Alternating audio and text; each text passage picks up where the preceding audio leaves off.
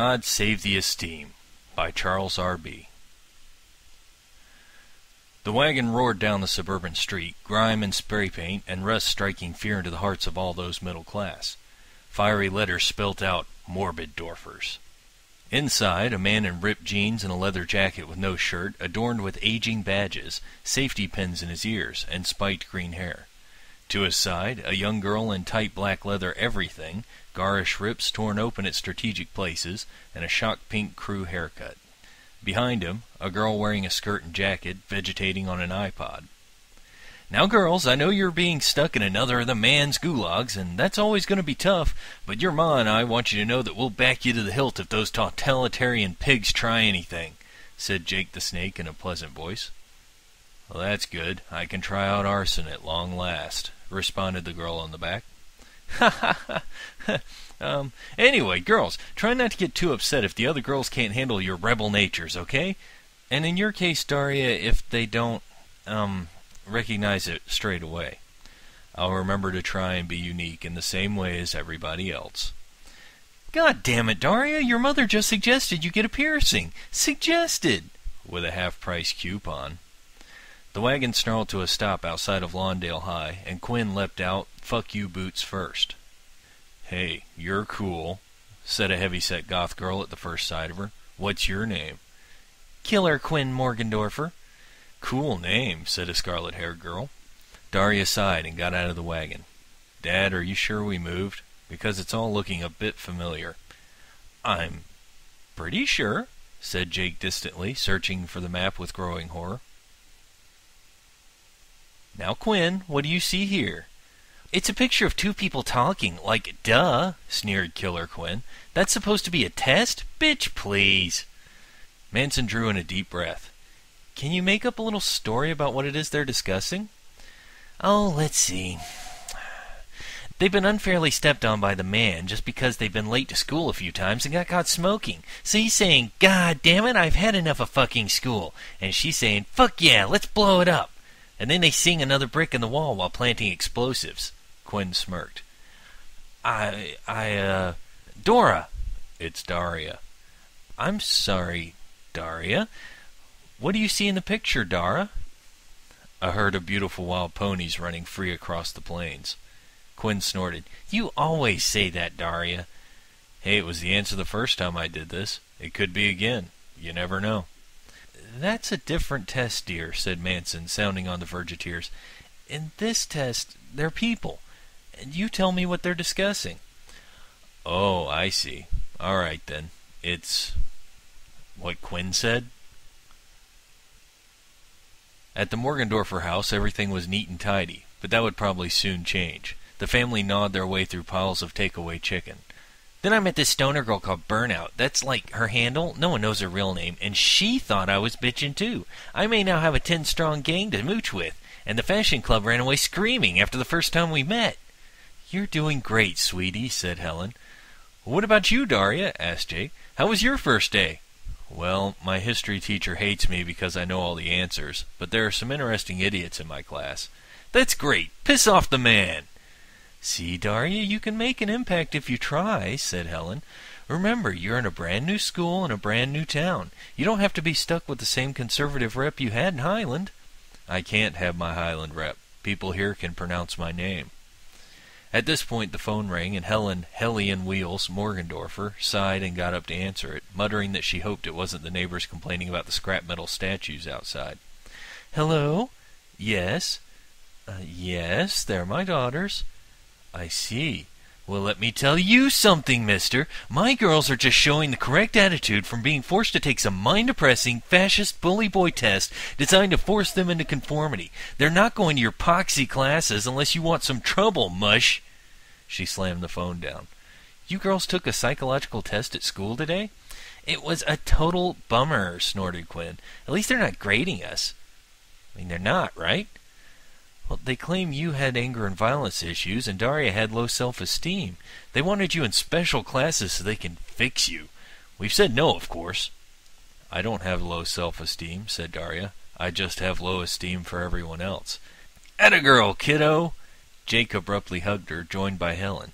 "We're so proud of you, Daria." Hey, they thought I was violent, cried a hurt Quinn. Oh, we're proud of you too, Quinn. Come on, family hug. With Daria? Ew! I have cooties, said Daria unnoticed. Tomorrow we're all going out as a family to celebrate. Ooh, can we go to Chez Pierre? My new friends would think I was awesome if I made a scene at Chez Pierre. Before Chez Pierre, Jake and Helen had a mutual client to see. Daria and Quinn got pulled along after Quinn heard that the client was in a band and begged to visit. Now behave yourselves and don't eat out of the lane's fridge. They specified not to do that. As Helen rang the front door of the rickety house, she looked at Daria, still dressed in her usual, and sighed. Oh, Daria, you couldn't have at least worn a leather jacket? It's like you don't want to be part of this family. Well, I thought I'd wear something that'd get me into a restaurant, since I assume that's what we're doing after, and not, I don't know, to make a scene at the entrance. We'll talk about this later, young lady. A lanky, sleepy-eyed, unshaven sex god opened the door, and Quinn gave an audible squeal. Daria tried not to roll her eyes. He looked good, but years of exposure to her parents' rocker and metal friends had immunized her to the appeal. But I now get to see Quinn make an ass of herself. I'm glad I was taken along. Jake took the man, Trent, aside to discuss his band, their image, and their web presence, assuring them, with the right look and buzz, you could double your web sales, at least. Quinn followed around, basking in Trent's presence. Helen, however, was in a more serious discussion with the girl at the house, who Daria was sure she'd seen somewhere before. They forgot to even PayPal you the money for mortgage? No offense, but your parents are tossers. No, that's fair, said the girl. Well, if they pick up your reminder and send it, you're okay. Otherwise, to prevent foreclosure, best tactic is to focus on you being a minor and having lived here all your life. It's in your best interest to stay. Also point out that your brother's securing a greater source of income. Jake can testify to that in court, and offer to pay more on later installments. I'll draft a letter just in case. The bank won't expect your family to have legal representation. Well, thanks and all that, but I'm not sure we can afford a lawyer. As with Morgendorffer Consulting, Morgendorffer Legal is willing to adjust its payment schemes to whatever works best for you. If your parents send payment before I have to do anything, there's no charge. Grim fire burned in Helen's eyes. Standing up to the power's my fucking job. No future! Okay. Please don't sing, thought Daria. You're that girl in my class that makes rude comments about everyone.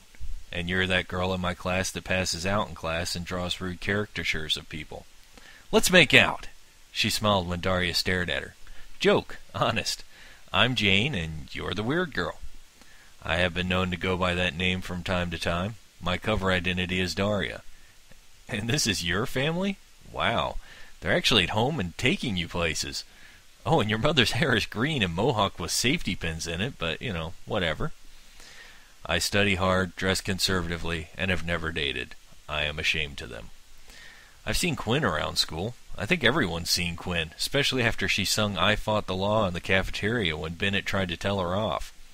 A cynical person would say she's rebellious and wants everyone to know she's rebellious and go, look at that cool girl who is rebellious. She is cool.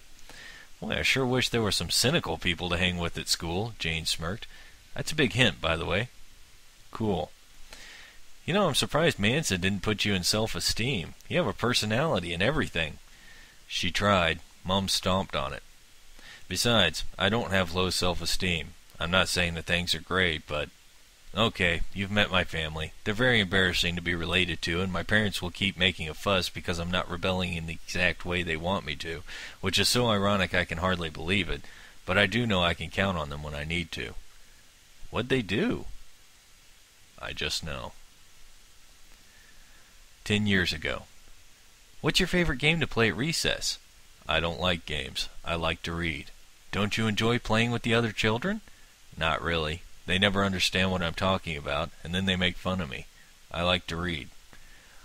On the drive home, Daria sat in a fug and waited to get told off. They always told her off for this at school. Granny Barksdale and Grandpa Mad Dog had done it last time she'd seen them. Grown-ups always told her off. Always. Instead, Mummy said, Sweetie, you're different from the other kids. Daria braced herself. Well, Mummy and Daddy are different to other grown-ups. Sometimes those other grown-ups don't know what we're talking about and make fun of us, too. But there are some people who aren't like that and are more like us. One day you'll find another kid who's different, too. Do you understand? Yes. And I'll tell you this, there's nothing wrong with liking to read. Daria, get a move on, kiddo. If we hurry, we can get to Chez Pierre at the same time as the finance worker crowd. Dream a little dream, Dad.